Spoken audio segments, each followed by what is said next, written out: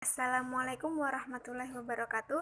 Nama saya Binti Munawaroh, mahasiswi PG PAUD semester 2 dari kampus STKIP Al-Islam Tunas Bangsa Bandar Lampung.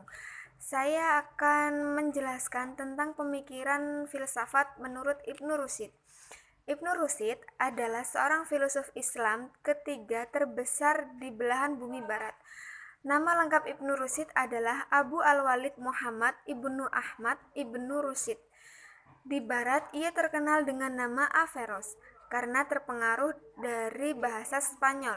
Penyebutan Averroes untuk Ibnu Rusyid adalah akibat dari terjadinya metamorfose Yahudi, Spanyol, dan Latin.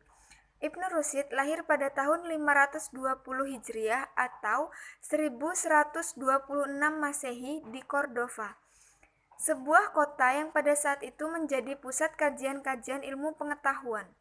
Ibnu Rusyid berasal dari kalangan keluarga yang terkenal alim dalam ilmu fikih dan dengan keutamaan dan mempunyai kedudukan tinggi di Andalusia atau Spanyol.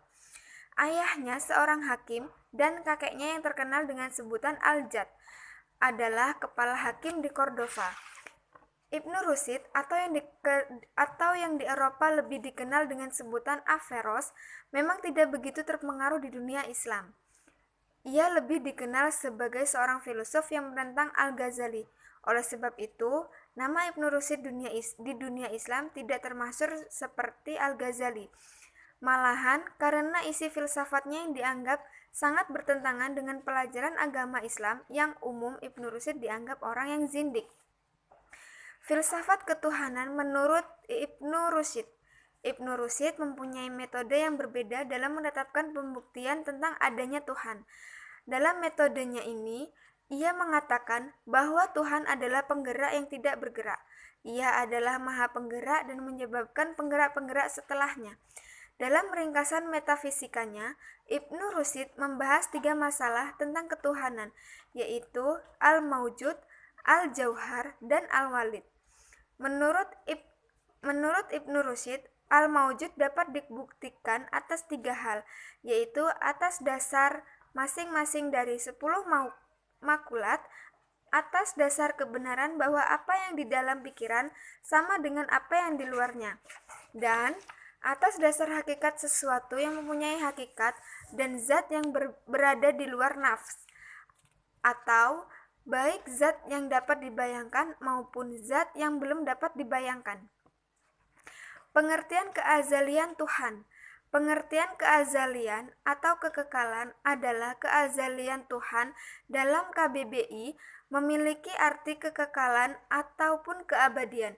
Berdasarkan pemikiran Ibnu Rusyid, kata azali terkait erat dengan persoalan waktu dan dapat ditangkap bahwa keazalian berarti keabadian, kekekalan, tiada berawal dan tiada berakhir.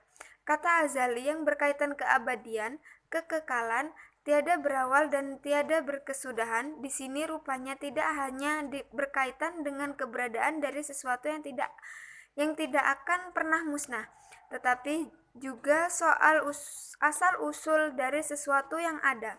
Karena itu, keazalian berarti juga tidak berawal dan tidak berkesudahan. Dengan demikian, keazalian juga menyangkut segala sesuatu serta proses yang memungkinkan dan menyertai terjadinya segala sesuatu. Lalu, ada pemikiran filosofi menurut St. Agustinus.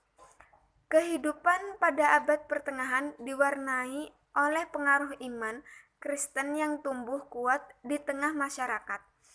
Pandangan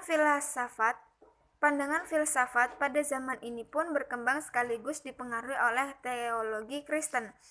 Pernyataan sentral dan masalah utama yang dihadapi oleh filosof abad pertengahan yaitu bagaimana menghubungkan iman dan rasio yang pada masa itu dianggap sebagai 2 sumber utama pengetahuan. Dalam konteks ini, pengumpulan intelektual yang dihadapi oleh para filosof adalah masalah yang menghubungkan iman Kristiani dan tradisi Yunani klasik. Pada abad ini, hadir seorang filosof sekaligus teolog yaitu Santo Agustinus dari Hippo yang berusaha menjawab pertanyaan sentral dengan menghubungkan dua sumber utama pengetahuan manusia. Agustinus yang merupakan murid dan pengikut Plato hadir sekaligus menawarkan konsep illuminatio atau penerangan ilahi sebagai solusi atas masalah yang terjadi pada abad tersebut. Permasalahan yang dihadapi oleh para filosof dan teolog untuk menghubungkan dua sumber pengetahuan tersebut diselesaikan oleh Agustinus. Terima kasih. Wassalamualaikum warahmatullahi wabarakatuh.